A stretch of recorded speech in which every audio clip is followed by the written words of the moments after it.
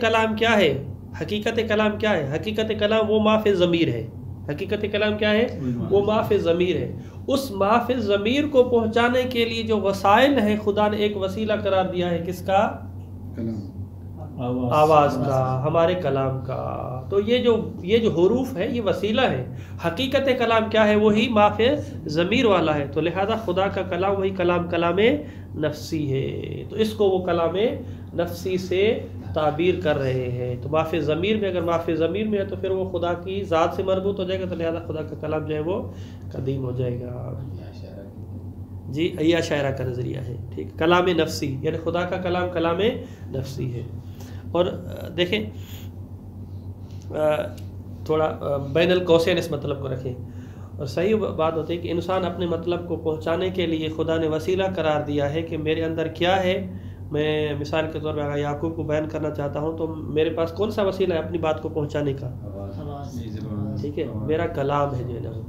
اب پھر زمانے نے ترقی کی کہ بھائی یہ اپنے ما فی ضمیر کو کیسے بیان کریں. تو اس کے بعد جو ہے نا وہ رائٹنگ کا سلسلہ شروع ہوا، لکھ کے جو ہے نا وہ یہ لکھنے کا. وہ جو آپ کا کلام ہے یہ کلام تو آپ نے بات بیان کی جو آپ کے سامنے ہے اس تک پہنچا، لیکن اس کا دائرہ کیسے وسیع کیا گیا؟ پھر جو ہے وہ سلسلہ شروع ہوا رائٹنگ کے حوالے سے. وہ ایک رائٹنگ بھی ایک وسیلہ ہے آپ کی بات اور ما فی ضمیر کو پہنچانے کا. پھر جو ہے نا وسائل ترقی کرتے گئے تو پھر آپ کی جو ہے نا وہ مثال کے طور پہ اشارہ اسی میں آ جاتا ہے. آپ کی آواز کو ریکارڈ کر کے یا کسی صورت میں جو ہے نا وہ وہاں پہ پہنچایا جاتا ہے. واضح ہے. یہ ابھی جو سائنسدان فوت ہوا تھا وہ جو بالکل ڈیمیج تھا، کیا تھا اس کا نام جو ہے نا وہ اسٹیفن ہاکنگ جو ہے نا، یہ پتہ نہیں نام اس کا جو ہے نا وہ. ہاں، اس کی آپ نے ہسٹری پڑھی ہوگی کہ وہ مثلا جوان ہی تھا تو پیرالل ہو گیا تھا نا، اپائج ہو گیا تھا. ٹھیک، اور اتنا وہ ذہین تھا، اتنا جو ہے نا ذکی تھا کہ اگر مثال کے طور پہ وہ صحیح سالم ہوتا تو شاید ترقی سائنس میں اور زیادہ اس کے تجربات اور ساری چیزیں ہوتی. لیکن کہتے ہیں پھر بھی ان لوگوں نے اس سے استفادے کے لیے اتنی کوشش کی کہ اس کے لیے جو ہے نا ایک کرسی بنائی، اور کرسی کے بعد جو ہے نا اس کے ذہن میں ایک ڈیوائس لگائی. ٹھیک، ایک ڈیوائس. اس ڈیوائس کا کام کیا تھا؟ یعنی اس کے لیے ایک اسپیشل کرسی انہوں نے ایجاد کی. ڈیوائس یہ تھا کہ وہ ذہن میں جو بات جو سوچتا تھا، ٹھیک ہے، میں نے یہ بات بولی، چونکہ وہ بول بھی نہیں سکتا تھا، زبان کو ہلا بھی نہیں سکتا تھا، اس طرح پیرالل ہو گیا تھا بالکل جو ہے اپائج، کہ زبان کو بول بھی نہیں سکتا تھا. ہاں، آنکھیں جو ہیں اس کی آنکھیں ٹھیک وہ کام کرتی تھیں اس طرح کر کے، اور جو ہے نا وہ دماغ تو وہ جو بات مثلا کوئی اس نے تجربہ کیا ہے، مثلا چیزیں پڑھی ہیں آگے ساری چیزیں، جو بات بیان کر رہا ہوتا تھا وہ جیسے ہی اپنے دماغ میں لاتا تھا اور آنکھوں کا اشارہ کرتا تھا تو وہ ڈیوائس اس کو جو ہے ریڈ کر لیتی تھی اور پھر وہاں پہ جو ہے نا وہ لکھ کے آتا تھا وہاں پہ اس طرح کر کے اس طرح. تو یہ بھی ایک طریقہ ہو گیا اپنی بات کو آگے جو ہے نا پہنچانے کا جدید دور کے حساب سے. واضح ہے. تو لہذا بہت کافی عرصہ رہا، یہ تقریباً پیرالل جو ہے نا وہ رہ کے 20 سے 25-30 سال رہا وہ اسی طرح جو ہے وہ آنکھوں اور اس روم کے ذریعے سے کمپیوٹر چلاتا تھا اس طرح کے. ٹھیک ہے، وہ ساری چیزیں سے. لیکن اس کی جو ہے نا نیگیٹو پوائنٹ یہ کہ اس نے آخر میں کہا تھا کہ مذہب جو ہے نا یہ اختلافات ہے اور خدا نامی کوئی چیز نہیں ہے، یعنی ملحدین میں سے تھا، حالانکہ پہلے وہ عیسائی تھا. اسٹیفن جو ہے نا وہ. اچھا، یہ کلام الاشاعرہ ہے. حکمہ آتے ہیں یعنی فلاسفہ، وہ کہتے ہیں کہ خدا کا جو کلام ہے وہ جو متکلمین نے بیان کیا تھا کہ مشتمل علی مثلا حروف و صوت، اور یہ کلام اس سے خدا کا کلام اوسع تر ہے. ہم جب کلام خدا کی بات کرتے ہیں تو نہ کہ صرف اس کا مصداق وہ کلام لفظی اور صوتی ہے اور حروفی ہے، بلکہ اس سے اوسع تر ہے. اوسع تر سے کیا مراد ہے؟ اوسع تر یہ کہ حتیٰ کہ جو افعال خدا ہیں وہ بھی کلام خدا ہے. کہتے ہیں کیوں؟ کہتے ہیں کہ نقطہ یہ ہے کہ اپنے ما فی ضمیر کو اور اپنی بات کو پہنچانے کا وسیلہ کلام ہے. کوئی آپ کام کرنا چاہتے ہیں، ایک مطلب جو ہے متکلم کے ذہن میں آپ ابراز کرنا چاہ رہے ہیں تو آپ ایک کلام بیان کرتے ہیں اور وہ مطلب اس سامع کے اور مخاطب کے ذہن تک پہنچ جاتا ہے. اس صوتی کلام کا یہ فائدہ ہوتا ہے کہ خداوند قدوس بھی جب کوئی بات کرنا چاہ رہا ہے تو اس چیز کو ایجاد کر دیتا ہے. ایک مرتبہ آپ صوت کو ایجاد کرتے ہیں، خدا کیا کرتا ہے؟ فعل کو ایجاد کرتا ہے. لہذا خدا کا فعل بھی وہی کلام ہے. چونکہ اس میں تو نہیں لکھا، لیکن وہ جو 4 جلدی کتاب ہے اس میں پورا مولا کا نہج البلاغہ سے ایک خطبہ جو ہے نا دیا گیا کہ خدا کا کلام جو ہے نا وہ الفاظ نہیں ہے، صوت نہیں ہے، حروف نہیں ہے، بلکہ جب خدا کہتا ہے تو اس کو کن کہنے کے لیے کاف اور نون کی بھی ضرورت نہیں ہے. ٹھیک ہے، یہ جو حروف ہے یہ کاف اور نون کو کی ضرورت بھی ہمیں ہے، خدا کو اس کی ضرورت نہیں ہے. خدا کا کن وہی فعل ہے، یعنی وہی فعل ہے، یعنی وہ کلام ہے. فعل کلام، کلام وہی فعل ہے. تو اس اعتبار سے خدا کا جو کلام ہے وہ فعل ہو جائے گا اور عام ہو جائے گا. تو لہذا قرآن مجید میں آپ یہ جو ہے نا وہ واجب بیتی ہمارا رہ جاتا ہے، پھر پوچھ نہیں پاتے ہیں نا. سرچ کریں کہ خدا نے کلمہ کس کس کو کہا ہے. جناب عیسیٰ کو بھی کلمہ کہا گیا ہے، کلمہ وہی کلام ہے جناب. تو یہ اس کو آپ کیسے جو ہے نا وہ جناب عیسیٰ کو کلمہ کہا ہے اس معنی کے واضح ہے. 3 یہ جو ہے نا وہ بتا رہے تھے کہ صفات نبوت میں سے ہم پڑھ رہے تھے، وہ یہ کلمہ نے ہمیں استعمال کیا معجزہ ہے. جی ہاں، معجزے کو بھی شامل ہے. معجزہ بھی جو ہے نا اس کے فعل میں سے آ جاتا ہے. اس طرح جو ہے نا یہ جب ہم نے اس کلام خدا کے دائرے کو وسیع کر دیا تو جہاں پر بھی ابھی کلمہ استعمال ہو رہا ہے تو اب اشکال نہیں رہے گا کہ بھائی خدا نے اس کو کلمہ کیسے کہا ہے. کلمہ تو نہیں ہے. کلمہ اس تفسیر میں جو ہے نا کوئی مطلب پھر اشکال نہیں رہتا ہے. واضح، اس کو دیکھ لیں پھر جو ہے نا وہ عبارت میں ہم لکھواتے ہیں. 3 اقوال جو ہے پہلے پڑھ لیں کہاں تک پہنچتے ہیں. اچھا، ولیکن اختلافو فی امرین، تفسیر و حقیقت کلام ہی تعالیٰ، خدا کے کلام کی جو تفسیر کی جائے کیسے، حدوثہ و قدمہ. لقد شغلت هذه المسألة بال العلماء والمفکرین الاسلامیین فی عصر عباسیین. کہتے ہیں یہ جو مسئلہ ہے کلام خدا والا، اس نے مشغول رکھا تھا علماء اور مفکر اسلامی حضرات کے بال کو. ٹھیک ہے، بال سے مراد ذہن ہے. ٹھیک ہے، فٹ بال یا کرکٹ والی جو ہے نا وہ گیند مراد نہیں ہے. عباسیوں کے دور میں وحدثت بسبب ہی مشاجرات بل صدامات دامیت مذکورۃ فی تاریخ تفصیلا. اس اختلاف کی وجہ سے مشاجرات وہی یعنی اختلافات. ٹھیک ہے، مشاجرات اختلافات. بل صدامات، نہ کہ بات اختلاف کی حد تک ہے بلکہ بات جو ہے نا وہ ہاتھا پائی اور جو ہے نا وہ جھگڑے کی حد تک ہے، اور جو ہے وہ دائمی یعنی طولانی جو تاریخ میں جو ہے نا وہ موجود ہے. وعرفت بے محنت القرآن یا بے محنت خلق القرآن. محنہ آزمائش، ابتلا. ٹھیک ہے، یعنی لوگوں کے درمیان خلق قرآن مجید مخلوق ہے یا مخلوق نہیں ہے والا یہ والا فتنہ جو ہے نا وہ یہ والی آزمائش آ پڑی تھی. اس کو یہ نام دیا گیا تھا فتنہ اور آزمائش. جو ہے نا محنہ وہ امتحان سے ہے، آزمائش جو ہے نا وہ فتنہ. قرآن کا فتنہ جو ہے اس طرح تو ترجمہ تو غلط ہو جائے گا، لہذا وہ آپ اس کو آزمائش میں لے لیں. فَيَلْزَمُنَا الْبَحْثُ وَالتَّحْلِيلُ حَوْلَ ذَيْنَيْكَ الْأَمْرَيْنِ. کہتے ہیں کہ ہم پر لازم ہے کہ ہم اس کو بحث کریں، اس کے حل کریں، تحلیل کریں. حول ذَيْنَيْكَ الْأَمْرَيْنِ. یہ ذَيْنَيْكَ کیا ہے؟ یہ 2 تسنیہ کا سرا ہے نا. اور پھر کا ذَيْنَيْكَ کا کیوں زو ہے یہ کا کیوں اچھا کاف ضمیر کی بات کر رہے ہیں. اشارہ ہو یہ اصل میں اسماء ستہ کی جو ہے نا یہ جو شاید کے لیے یہ جو ہم اس کو اعراب دیتے ہیں الف رفع الف واو رفیع الف میں وہ تو زے ہو گیا نا. زے زو زے کا کیوں کا کم کیوں نہ یا کہ کیوں نہ یا کہ شرط ہے نا کہ وہ ضمیر کی طرف مضاف ہو. یہ اس سے اعراب کے لیے شرط. تو پھر کا کیوں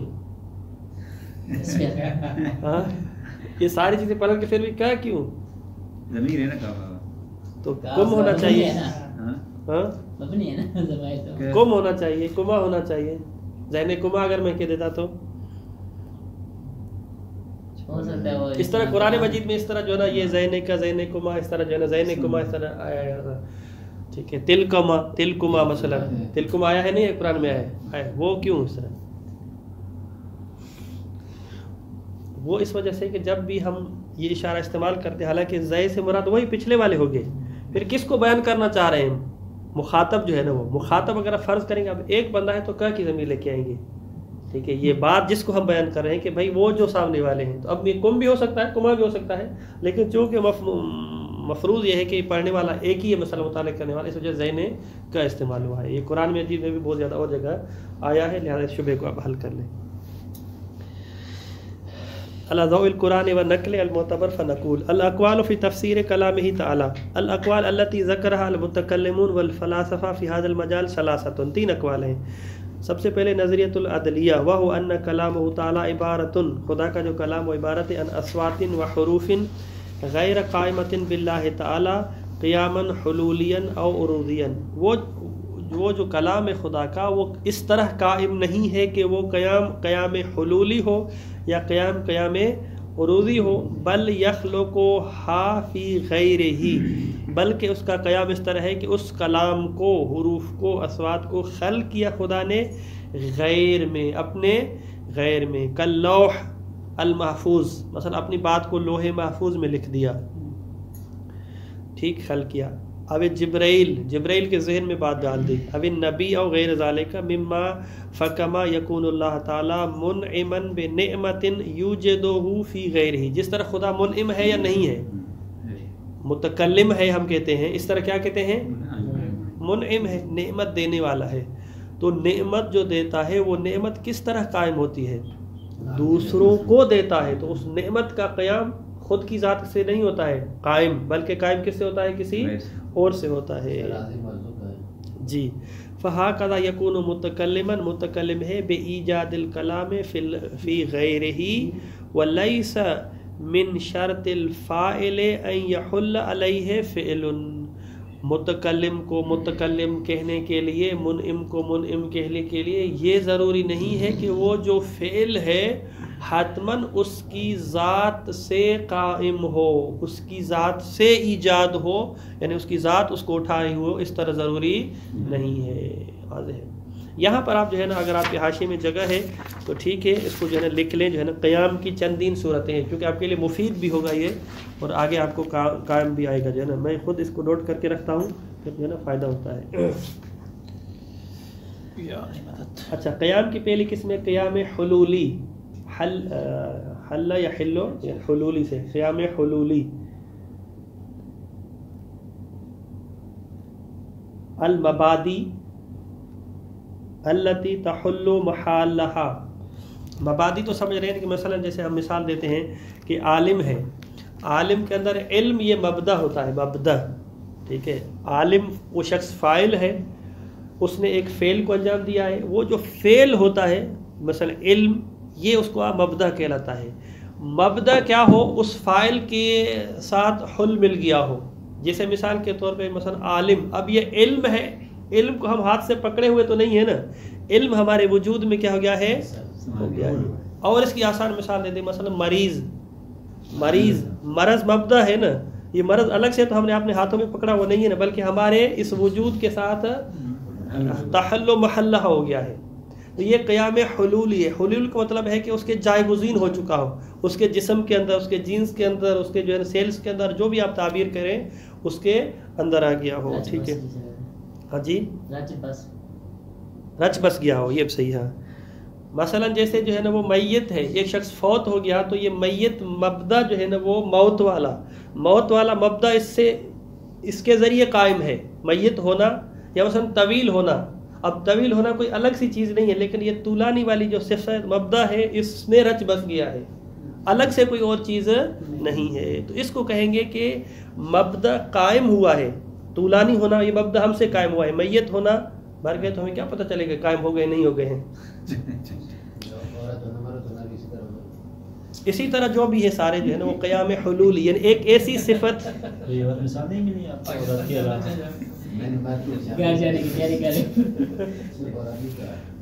اچھا جی،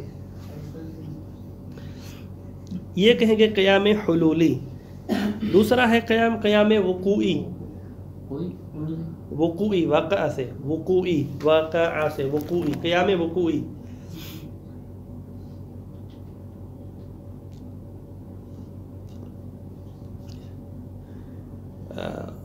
کہتے ہیں کہ التی مبادی التی تحلو یعنی مشتق لکھیں تو بھی صحیح ہے، مشتقات التی تحمل مبادی علی ذویہا باعتبار وقوعها علیہا، مشتقات التی مشتقات لکھیں آسان ہوتا ہے نا پھر، مشتقات التی تحمل مبادئها علی ذویہا یعنی ذل مبادی بے اعتبار وقوعها علیہا، بے اعتبار وقوع المبدا علی المشتق وقوعا حسیا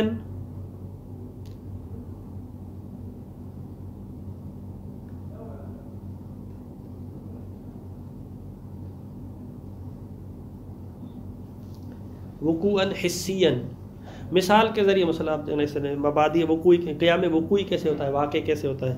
مثال کے طور پہ ہم کہتے ہیں کہ مضروب، ٹھیک ہے، مضروب. اب یہ مضروب کیسے قائم ہوا، یعنی پٹائی شدہ انسان مثال کے طور پہ مضروب مثال دیتے ہیں، ٹھیک ہے. یہ اس کیجیے نا. اب یہ جو ضرب ہے یہ ضرب شدہ ہونا کس کے ذریعے قائم ہے، اس مفعول کے ذریعے، اس شخص کے ذریعے کہ جس کی پٹائی ہوئی ہے.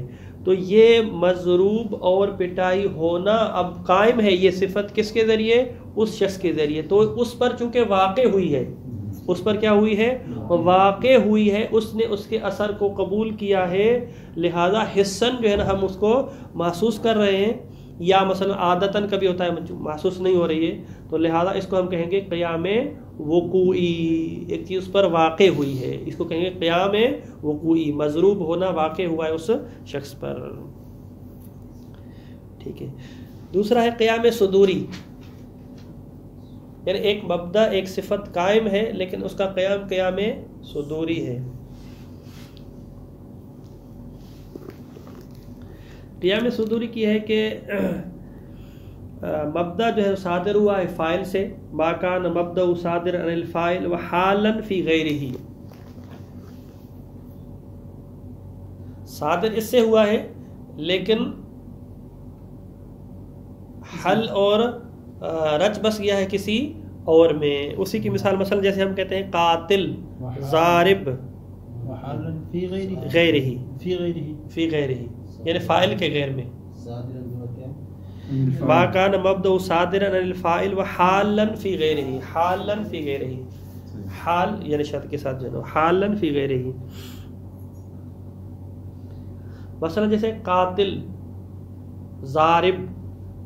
اب یہ جو مبدا ہے، ٹھیک ہے، صادر تو اس سے ہوا ہے لیکن اس کا قائم ہونا خود اس کی ذات سے قائم نہیں ہے، بلکہ دوسرے کو جب لگا تو قائم ہے، یعنی اس کے قیام کا سبب جو ہے وہ دوسرا ہے. لیکن منتہا جب ہم اس مبدا کی نسبت اس کی طرف دیتے ہیں تو ہم کہیں گے کہ یہ جو ضرب ہے یہ قیام صدوری رکھتی ہے، چونکہ صادر سے ہوئی ہے، مارا اس نے ہے، ٹھیک ہے، لیکن اس کو جو وجود اور حل اور محل کی بات ہے وہ کیا ہے، غیر ہے. تو اس کو کہیں گے ہم قیام صدوری، یعنی اس کی ذات سے صادر ہوا ہے لیکن اس کی ذات اس کو برداشت کرنے والی نہیں ہے، اس کی ذات اس کو تحل و محلہ نہیں ہے. ٹھیک. کوئی بھی تو ایسا ہی ہے نا، مضروب والی مثال ہے، لیکن اس نے صادر نہیں کیا ہے، ٹھیک ہے، اس پر واقع ہوا ہے لیکن اس پہ جو ہے نا وہ اس میں وقوع پذیر ہوا ہے. ہاں یہ فاعل ہو گیا. اب چونکہ ہم مبدا کی بات کر رہے ہیں نا، مبدا جو ہے وہ کس سے قائم ہے، مبدا. ٹھیک ہے. اچھا یہ عام ہو گئی. اچھا دو اور ہیں، ایک ہے قیام ذاتی. قیام ذاتی یہ تینوں قسمیں قیام ذاتی کی قسم. ایک اور لکھیں قیام ذاتی، ایک اور لکھیں قیام ذاتی، یعنی کوئی چیز قائم ہے ذاتاً. کہتے ہیں مبدہ نفس ذات، یعنی مشتق اور مبدا. چونکہ اس میں آپ پڑھ چکے، اس میں تشریح نہیں کر رہا ہوں. ایک مشتق ہوتا ہے ہمارے پاس، ایک مبدا ہوتا ہے. تو اس میں جو مبدا ہوتا ہے وہ مشتق کی ذات ہی ہوتی ہے، الگ سے کوئی اور چیز نہیں ہوتی ہے. مثلا الوجود و موجود، ہم کہتے ہیں الوجود و موجود، تو موجود کے اندر جو وجود ہے وجود اور موجود ایک ہی چیز ہے، کوئی الگ نہیں ہے. مثلا النور و منورن، تو یہ جو منورن ہم کہتے ہیں اس میں جو مبدا اور مشتق ہے دو چیزیں الگ چیزیں، ایک ایک چیز ہے. پہلے ہم کہہ رہے تھے نا مثلا ضارب میں ضرب الگ ہے اور مارنے والا الگ ہے، اسی طرح جتنی ہم نے مثالیں دی تھی، لیکن یہاں پر کیا ہے مشتق اور مبدا جو ہے وہ ایک ہی چیز ہے.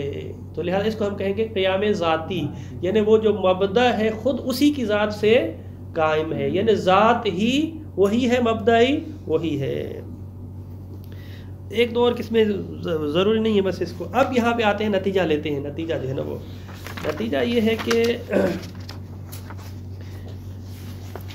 ٹھیک ہے خداوند قدوس کا جو قیام ہے، یہ قیام کون سے اقسام میں سے ہے؟ قیام حلولی ہے. حلولی اور عرضی ایک ہی ہے تقریباً جو ہے نا، حلولی اور عرضی میں جو ہے نا وہ اتنا فرق نہیں ہے. ٹھیک ہے، البتہ مثلا عرضی کی ہم جب مثال دیتے ہیں تو جیسے مثال کے طور پہ یہ جو کلر ہے، کلر قیام حلولی میں یہ جو کلر ہے، رنگ ہے، یہ قائم ہے کس کے ذریعے قائم ہے؟ دیوار کے ذریعے قائم ہے. دیوار جوہر ہے اور یہ کلر کیا ہے؟ یہ عرض ہے. تو اس کو کہیں گے ہم قیام عرضی. وہ قیام عرضی پھر اس میں حلولی بھی آ جاتا ہے کیونکہ حل محلہ اس کے آ جاتا ہے. منتہا یہ ظاہری اوصاف میں سے وہ کچھ جو ہے نا وہ جسمانی اوصاف میں سے آ جاتا ہے. اب خدا کا جو کلام ہے، خدا نے جب کلام کیا ہے تو یہ ان قیام میں سے کون سا قیام ہوگا؟ ذاتی ہے، مشتق اور مبدائی کی چیز ہے، نفس ذات ذاتی ہو جائے گا. مثال کے طور پہ خداوند قدوس نے جو جناب موسیٰ سے کلام کیا اور مثلا شجرہ میں اپنے کلام کو ایجاد کیا، قیام صدوری غالباً دیکھیں پھر آپ جو تبدیل ہو گیا جو فٹ ہو جائے وہ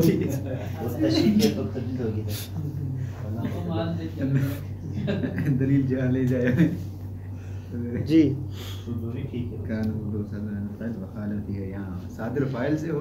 جی یہاں پر دیکھیں ہم نے ہمیشہ بات جو کی ہے نا، مثلا دیکھیں مشکور ہونا، مضروب ہونا، یا مثال کے طور پر یہ ہم نے صفات کی بات کی ہے. کس کی بات کی ہے؟ صفات. صفات ہے نا. ٹھیک ہے، اسی طرح متکلم ہونا، کلام بھی خدا کی ایک صفت ہے. جتنے بھی یہ ساری چیزیں یہ صفات ہیں. مبدا کون سی چیز واقع ہو رہی ہے؟ ہمیشہ صفت واقع ہوتی ہے. مبدا کیا ہوتی ہے؟ صفت واقع ہوتا ہے. صفت کی دو قسمیں ہیں، ایک مرتبہ صفت فعل ہے اور ایک مرتبہ صفت ذات ہے. اگر وہ جو مبدا صفت ذات واقع ہو رہا ہے تو وہاں پر قیام ذاتی ہوگا. مثلا ہم کہتے ہیں علم، خدا عالم ہے، تو یہاں پر یہ علم قائم ہے کس کے ذریعے؟ خدا کی ذات کے ذریعے. تو یہاں پر قیام کون سا ہوگا؟ قیام ذاتی ہوگا، کیونکہ علم عین ذات ہے خدا کی اور ذات خدا عین علم ہے. دوبارہ میں آتا ہوں، دوبارہ میرے ساتھ آ جائیں. ہم بحث کر رہے ہیں قیام کے اقسام کی. قیام کے اقسام کے بعد ہم نے سوال کیا کہ خداوند قدوس میں کون سا قیام ہوتا ہے. ہم نے کہا یہ جب ہم مبدا اور مشتق کی بات کرتے ہیں تو جو مبدا چیز واقع ہوتی ہے وہ صفت ہی ہوتی ہے. عالم ہونا، مثلا قادر ہونا، تو قدرت کو ہم مبدا قرار دے رہے ہیں نا، علم کو ہم مبدا قرار دے رہے ہیں. اسی طرح متکلم ہونا میں ہم جو ہے نا وہ کس کو مبدا قرار دے رہے ہیں؟ کلام کو مبدا قرار دے رہے ہیں. رازق ہونا میں کس کو مبدا قرار دے رہے ہیں؟ رزق کو مبدا قرار دے رہے ہیں. یہ جو اوصاف ہے، اوصاف کی دو قسمیں ہیں، یا اوصاف ذاتیہ ہوں گے، اوصاف فعلیہ ہوں گی. تو اوصاف ذاتیہ میں جو قیام ہوتا ہے، یعنی اس صفت کا، اس مبدا کا قیام، وہ قیام کیا ہوتا ہے؟ قیام ذاتی ہوتا ہے. لیکن باقی جو اوصاف ہیں وہاں پر مصنف، ہماری بات ساری کی ساری وہاں پہ مصنف فرماتے ہیں کہ وہ قیام صدوری ہوتا ہے، نہ کہ قیام حلولی ہوتا ہے. قیام صدوری ہوتا ہے. واضح ہے؟ یعنی افعال خدا میں جتنا بھی قیام ہوتا ہے وہ قیام صدوری ہوتا ہے. قیام صدوری کی ہم نے مثال کیا پیش کی تھی؟ غیر ہی، یعنی اس فعل کو، اس صفت کو دوسرے میں ایجاد کرتا ہے خدا. لیکن فاعل حقیقی وہی ہے. جی نہیں، قدیم اور وہ الگ بات، پھر اس میں الگ آ جاتے ہیں. پھر اس کا جو ہے نا وہ صادر ہے صدور کے اعتبار سے. صفت فعلی، صفات ذاتی اور صفات فعلیہ. یہ جو کلام ہے صفات فعل میں سے داخل ہو جائے گا.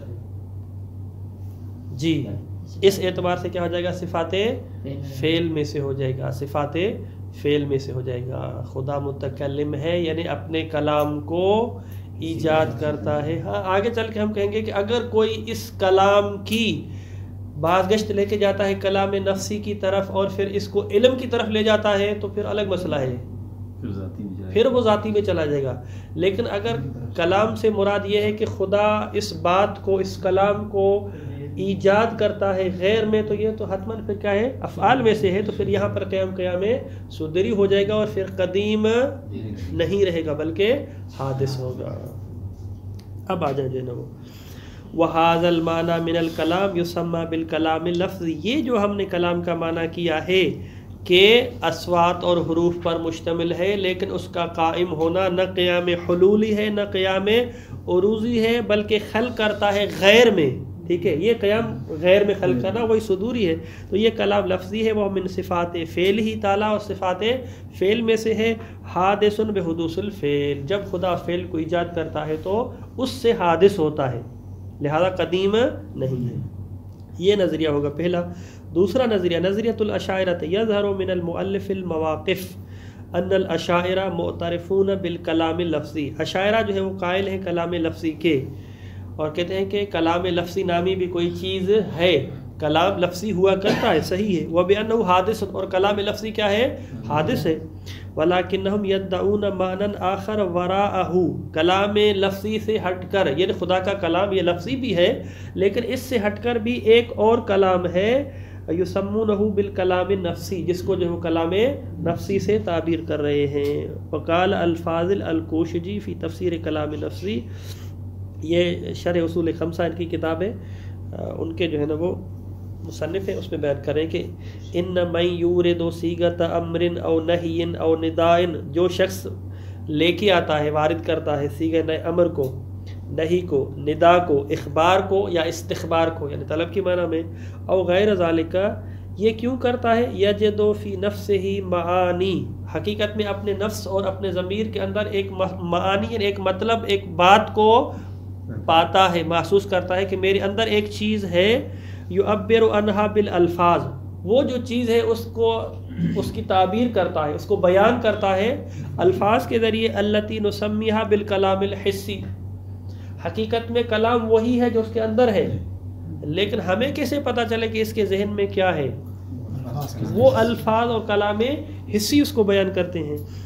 فالمعنی الذی یجدہ فی نفسہ, بس وہ معنی یعنی مطلب, معنی یعنی مطلب, مفہوم جو اپنے نفس کے اندر اس نے پایا ہوا ہے, وَيَدُورُهُ فِي خُلْدِهِ, یعنی اپنے داخل میں ہمیشہ جو اس کے اندر ہوتا ہے, لا يختلف باختلاف العبارات بحسب الاوضاع والاصطلاحات, وہ مختلف نہیں ہوتا ہے. آپ کوئی بھی عبارت پیش کریں, مثلا جو ہمارے ضمیر میں ہے, کبھی ہم اس کو کس زبان میں, کس لہجے میں, کس پیرائے میں بیان کرتے ہیں وہی ہے, لیکن اس کو مختلف عبارات میں ہم پیش کرتے ہیں, اس میں مختلف نہیں ہوتا ہے. وَيَقْصُدُ الْمُتَكَلِّمُ حُصُولُهُ فِي نَفْسِ السَّامِعِ, متکلم چاہتا ہے کہ یہ میری بات پہنچ جائے سامع کے ذہن اور نفس میں, لِيَجْرِي عَلَى مُوجِبِهِ, تاکہ اسی کے حساب سے وہ سامع چلے, پانی مانگنا ہے, روٹی مانگنی ہے, جو حکم دینا ہے اسی حساب سے.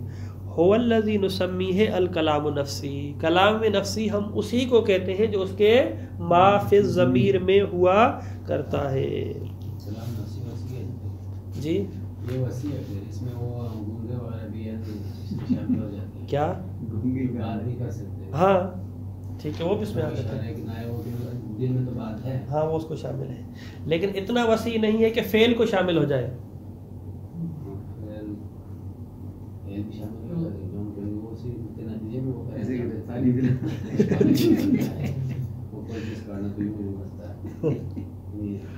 وَهَذَا الْمَعْنَى مِنَ الْكَلَامِ عَلَى فَرْضِ ثُبُوتِهِ يَكُونُ مِنْ صِفَاتِ ذَاتِهِ تعالیٰ, کہتے ہیں یہ جو معنی ہے, فرض کریں کہ اس کو آپ کلام کہہ سکتے ہیں, یہ صفات ذات میں سے, وَقَدِيمٌ بِقِدَمِ الذات, خدا کی ذات سے قدیم ہے. وَلَكِنَّهُ لَيْسَ أَمْرًا وَرَاءَ الْعِلْمِ التَّصَوُّرِ أَوْ تَصْدِيقِ, لیکن معافِ ضمیر, ہمارے تو ذہنوں, ہمارا تو ایک ضمیر ہے, ایک وجدان ہے, ایک نفس ہے, ایک کیفیت ہے, ایک جو ہے نا وہ خانہ ہے جہاں پہ ہم جو ہے نا وہ پلاننگ بناتے ہیں اور پھر جو ہے نا اس کی آگے جو تعبیر الفاظ میں کرتے ہیں. لیکن خداوند قدوس کے پاس تو اس طرح کی کوئی کیفیت نہیں ہے, تو اس کی بازگشت کہاں ہو جائے گی, علم کی طرف ہو جائے گی. فلا یثبت کلاما ذاتیا بالمعنی الحقیقی للکلام، بس کلام ذاتی معنی حقیقی جو کلام کا ہے وہ کلام ذاتی پھر نہیں بنے گا، بلکہ وہ علم کی طرف پلٹ جائے گا۔ آپ کہیں کہ یہ کلام جو نفس کے اندر ہے اس کو ہم کلام ذاتی سے تعبیر کریں، صفت ذاتی الگ علم سے ہے، پھر وہ نہیں ہوگا۔ وَأَمَّا تَسْمِيَةُ الْعِلْمِ بِالْكَلَامِ عَلَى سَبِيلِ الْمَجَازِ، بلکہ علم کی طرف پلٹ جائے گا، اور آپ اگر علم کو کلام سے تعبیر کرتے ہیں مجازاً فَهِيَ خَارِجٌ عَنْ موضوع البحث، وہ ہمارے بحث سے خارج ہے کہ آپ علم کو تعبیر کرتے ہیں کلام سے، ہماری بحث اس میں نہیں۔ ہم کہتے ہیں ایک کلام نامی صفت ہے، وہ صفت جو ہے وہ ذاتی ہے یا فعلی ہے، قدیم ہے یا حادث ہے۔ آپ کہیں کہ علم عبارت الاخری کلام ہے، اس سے بحث ہماری سے خارج ہے۔ نظریۃ الحکماء، ٹائم ہے ہمارے پاس؟ 4 منٹ ہیں سر۔ صلی اللہ علیہ محمد وآلہ الطاہرین۔ صلی علی محمد۔ یہ جو عدلیہ والوں نے